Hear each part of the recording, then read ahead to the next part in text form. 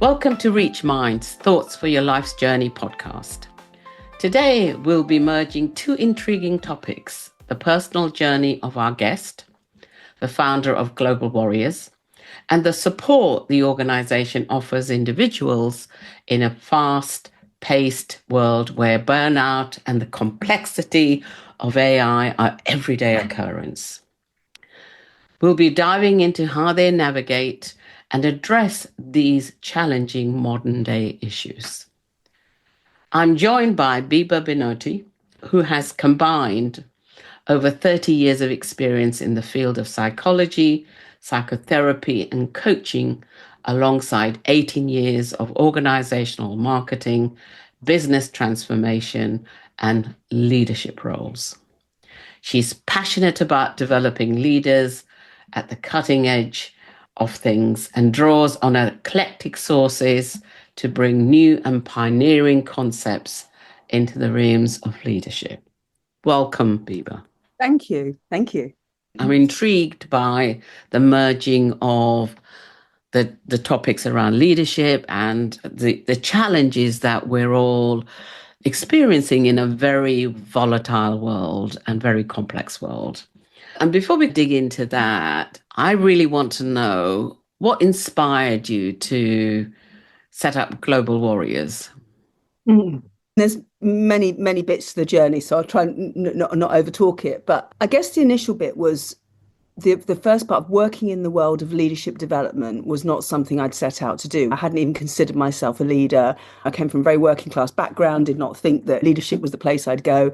Fast forward, I'm in the world and I look backwards and I think actually the biggest influences I had were my family at that time. All the messages of what we take into leadership nowadays, all around about basically being able to be our best selves, going for our dreams and visions, being our best selves in service of other people in our community and building community, all came from my mum, my nan, my granddad, all of those things. So I think there's something about I learned along the way, whilst I thought I didn't have the credentials, I realised that we all have stuff that we can bring. So that was my first sort of part of it. So I started running a company called Red Hat People, and it was all around doing leadership and coaching and development. But Global Warriors is something separate, is something bigger. And that came by doing the work in Red Hat People. I found myself working with particularly these amazing female leaders who were just top in their field. And they had this incredible, almost like lioness passion and energy. And I thought, God, I think I'm a really good connector. If I could bring those people together, then what's possible? What could they do beyond their organisational lives? So that was really the dream of Global Warriors. And, it started off this company called World Work Warrior Women, which is such a mouthful. That warrior energy. And I think it's not all about women. It's not just about women. It's about bringing that energy and enabling women in the world here. In a nutshell, various things happened. When I went out to IP, Red Hat People, we got challenged by Red Hat Inc., saying we don't want you to be called that anymore. At the same time, we were shifting anyway as an entity, moving from a collection of individuals doing the work into something more purposeful and collective together. Global Warriors was born. Basically from that, it was time to claim that. It's interesting because when I hear the word lioness, it evokes in me my mum. And when I used to describe my mother 30 years ago, I used to say she was like a lioness, a migrant woman, used to roll up her sleeve and go, I'm just going to go out and do it, even though she didn't speak fantastic English. But she had that kind of lioness energy about her, which I think is a beautiful energy in many ways. I love that. I love that story of your mum. And that's exactly it. It's moving beyond the feeling like you have to know. There's courage in there, isn't there? Yes, absolutely. Absolutely. Line of warriorship. It's that I don't know, but I trust something and I'm going to do it anyway. Yeah, I love you. I'd love to have met your mum. Yes. So coming back to Global Warriors, you've had a journey. Sounds like some of it might have been bumpy along the way, challenging and reforming yourself. What's the philosophy that underpins Global Warriors for you today? Oh, I think fundamentally, we've always come from a place of love. And I think love in the workplace, when we started out 15 years ago, was really edgy to even talk about that. And that's always been our kind of heart of the work we do. It's been about heart and wanting to bring a much more sort of human-centric place. I think love is far more acceptable in the workplace now, obviously still not to some degrees, but it's more there. But I think how that shows up at the moment for us is our belief is fundamentally we all have all we need. It's a bit like the story of the acorn and the oak. And the acorn, that big oak tree is all in there. It just needs nurturing to be able to grow into an oak tree. And from an oak tree, it can be anything. It could become a ship, it could become a forest, all these sorts of things. And that's our fundamental belief with everybody that we work with. It's all there. We just have to allow ourselves, see it, and be able to nurture it. So I think that's fundamentally our philosophy. And from that, that's where the magic and the brilliance happens. Yeah, I can see that. And I'm so curious around the use of the word love and how an engineered type leader responds to that in terms of connecting with it and what challenges that might pose for them trying to get their head around it. So I'm curious about that. Yeah. And I think that's the thing. I think you're right. Language is really pivotal in the work we do. If we walk into a team for the first time and start talking about love, it can be like, who are these people? What's happening? You can switch people down. It's taking people on a journey. But I think if we break it down, and I think love is such a simple word, but gosh, so much Yes. behind it, and it's so weighted. All of our experiences so weighted behind it. But fundamentally, I saw a lovely definition of love by David Rico, and I think it's come from Buddhist philosophies. And he basically calls it the five A's, this is what love is about. So it's about acceptance, allowing, that appreciation, acknowledgement, and affection. And if you think about just bringing those alive in our relationships and our working relationships, even just allowing an acceptance, that is what we mean by love. And love, I think sometimes people think, oh, these are all the sort of warm, fuzzy, cuddly people. And yes, and actually, we talk about fierce love too. And sometimes love is having that really difficult, challenging conversation with someone that no one else will have, but it's in service of that person. And it might even compromise your relationship, but you're doing it in service of that person. Yeah. That's love. Yeah. That's love. I love the five A's. I think it's so accessible, the acceptance, the acknowledgement. I've forgotten about the other I know I have three, to but remember appreciation. Yeah, yeah, appreciate. I just think they're so accessible in terms of everyday language, and it takes it away from it's a gushy feeling, and which only happens in a romantic context, not in yes, a business context. yes. And I think acceptance, acknowledgement are very, very important elements of how you grow people in organizations. Totally, totally. And it links to, Nisha, you'll know from all of your work, there's that sort of 5-to-1 ratio of positivity to negative interactions. I think there's a lot of research there saying that for every one negative, you need 5 positive to create healthy, non-toxic relationships. But I think a lot of those original studies on that 5-to-1 magic ratio was really done more around romantic relationships where there was more emotion at stake. So they're saying actually more likely in team or organizational relationships, you need far more of that positivity. And I say again, it is through those five A's that we can Yeah. start to show that. And I think sometimes we forget that we really have to pay attention to the quality of our relationships in order to get increase the productivity too. Yeah. So that brings me to the second part of our conversation, which is around in a challenging, complex world that we're living. How are you, global warriors, meeting that, enabling that in organizations to create an environment where people can thrive and people can grow? Yeah. I think there's a number of things and fundamentally, I think what we do in our work, it's more about it's what we do. We do some great stuff. I always think we do as global warriors, and I think we've got an amazing team, but it's who we are in that. So I think there's an importance of role modeling, and all of our team do their own inner work. They do their work, they role model. But I think what we do is we create safe spaces for people to have the conversations with themselves and with each other that need to be had or that they're not having and that help them flourish. So I think it's the creating of the psychological, emotionally safe spaces. And actually, I heard another word the other day. Rather than psychological safety, it's creating psychological courage. And I Oh, that. Yeah, you can feel the tonality shift. And yeah, I think that's what we do. We create the psychologically courageous spaces together. I think to your point, the world of the complex world right now, there's so much coming at us. We're so overwhelmed, so many different sources we trust, sources we don't. I think more and more we can't just keep going to the experts. When we don't know about things in the world, quite often we've been brought to go to a teacher, go to an authority, go to an expert. You can't do that when we're working in the unknown and unfolding. And the only expertise you have to help you navigate is yourself. So what we're Yes. helping people is go back inwards rather than always outwards. So it doesn't mean we don't role model and we don't learn from the best, but we go inwards and we also listen to ourselves and our own instinct, our own intuition, sense check across our values.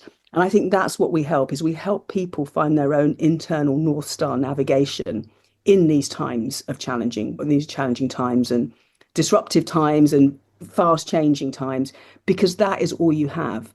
And I think also in a world of excessive change like we have right now and pace, you can't keep applying the same old stuff to the same old, they're not the same old situations. And this is where unique leadership comes in, because you're bringing yourself to it. You're bringing something different. So that's really what we bring. And I think alongside that, in doing that, we help people regulate and manage their state too. Because there's one thing like checking in, but it's like, how do you bring the quality of you into that situation? So a lot of overwhelm, a lot of burnout, I think, is happening right now. So I think how we resource ourselves is also equally important. And that's a lot down to how we manage our nervous system and our internal state. So they're the kind of key things we do. The navigation and managing our state, I think, is what we're offering right now to support leaders. And the kind of challenge, as you're describing, well, it's maybe not a challenge, but how people need to go inside and get self-resourced. And then you've got time. How do you balance the two? Because people often say, hey, I'm so stressed. I haven't got time to I love focus on the me because I've got this pile of things to do. How do you navigate that with individuals in the work that you do? And you're absolutely right. And that's so classic, the stuff that we have. And I think there's a couple of pieces. So the first thing is, I suppose the word is integration.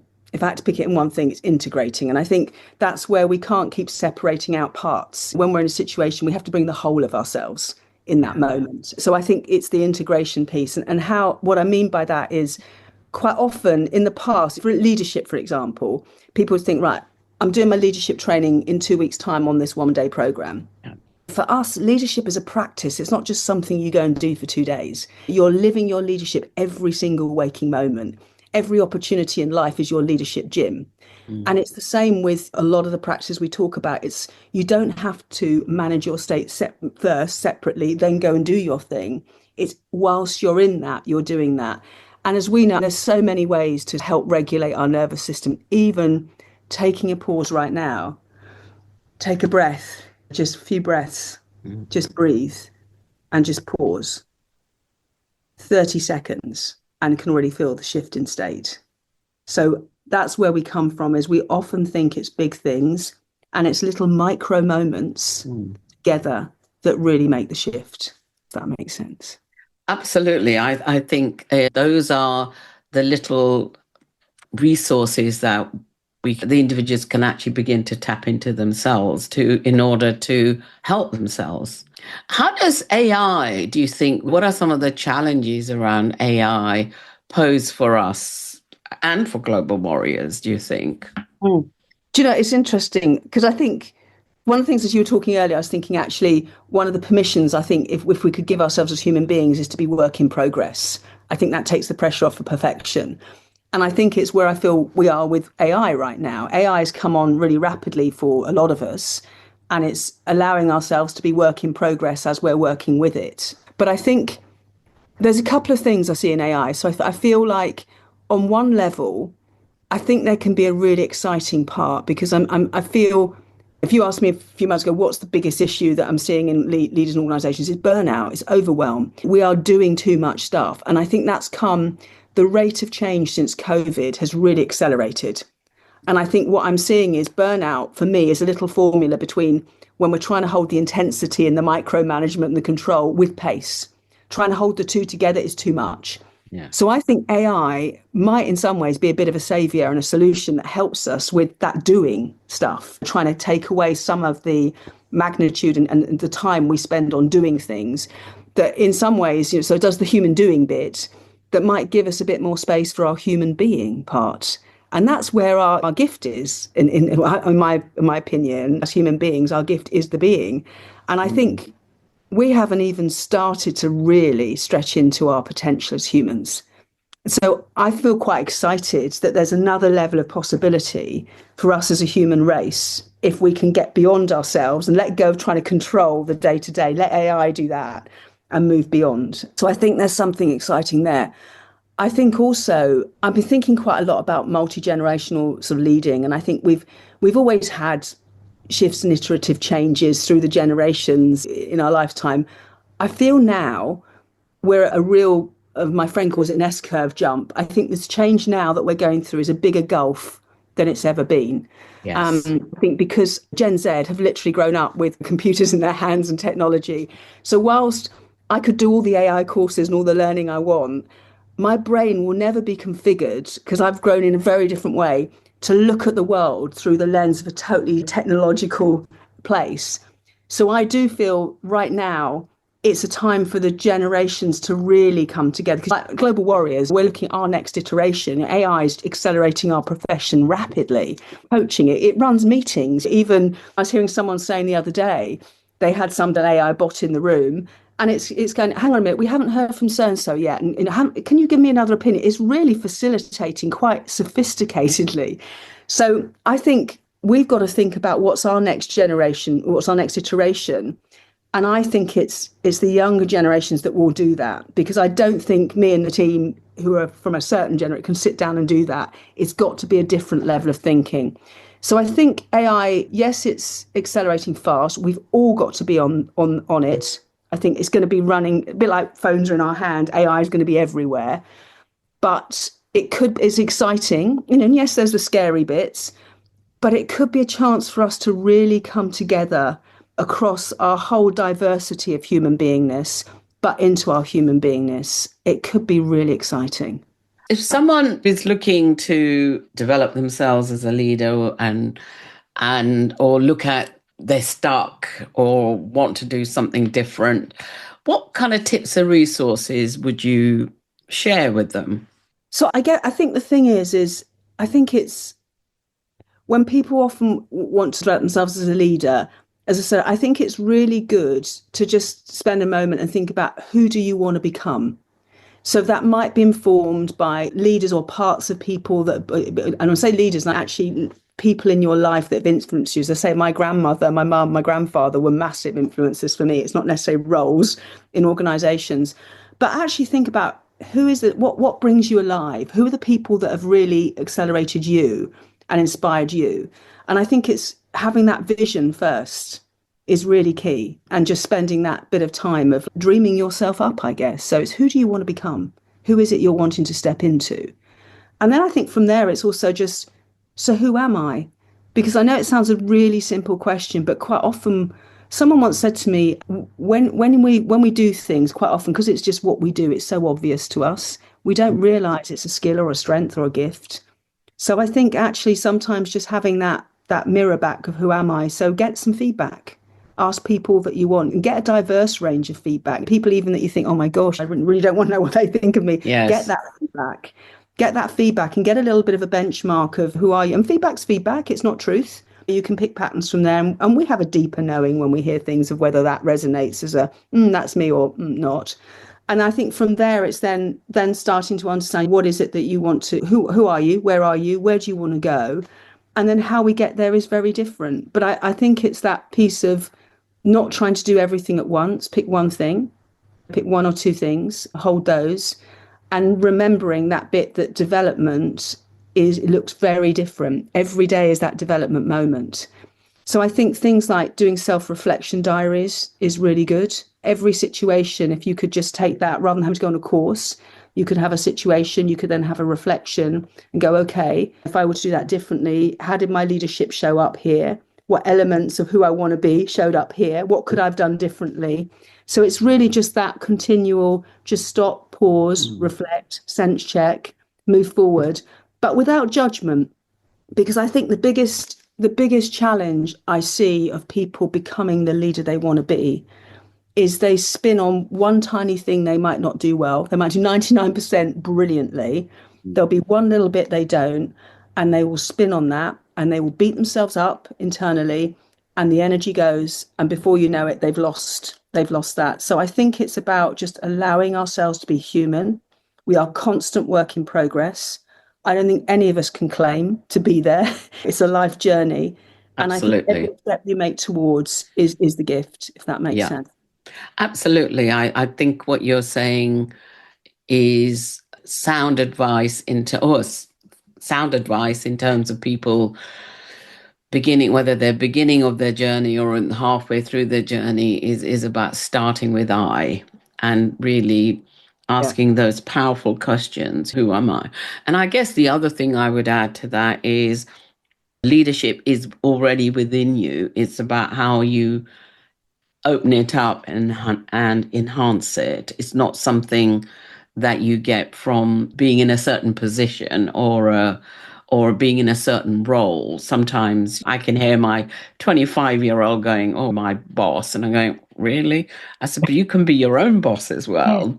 Inside Yeah. yourself. There is still some of that concept, I think, hanging around. Some maybe global warriors can go into those Yeah. organizations and shake up the tree, I think. Be a disruptor, which Yeah. I think it sounds to me that's one of your unique offerings is to be a disruptor through the language you're using, through the concepts you're portraying, and that just in terms of making people feel it's okay wherever you are. It's okay to be wherever you are. And we're here to enable you to grow in the way that you want to grow, really. That's beautiful. Thank you. That's a beautiful reflection back. But it's exactly that. It is exactly that. It's that as you say, that disrupt, because I think we have to disrupt some of our patterns and our thinking. And that's Yes, because some of our stories we tell ourselves, of course, are great. And there's so much that isn't. And it's just giving ourselves a chance to have a different perspective on ourselves with that is just so key. It's so key.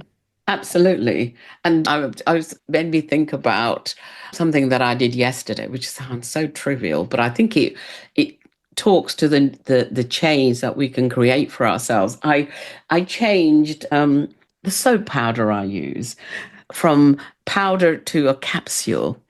You know, that was for me a change. And I thought, oh, Yeah.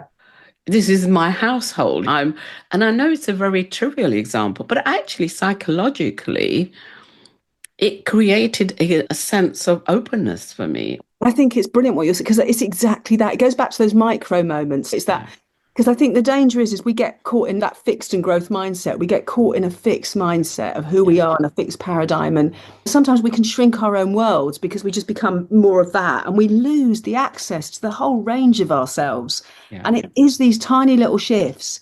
It just makes that moment of slight discomfort and going outside of our comfort zone. We're expanding it out, which just gives us more range and more capacity and more potential and more ways that we can serve each other, the world, and beyond.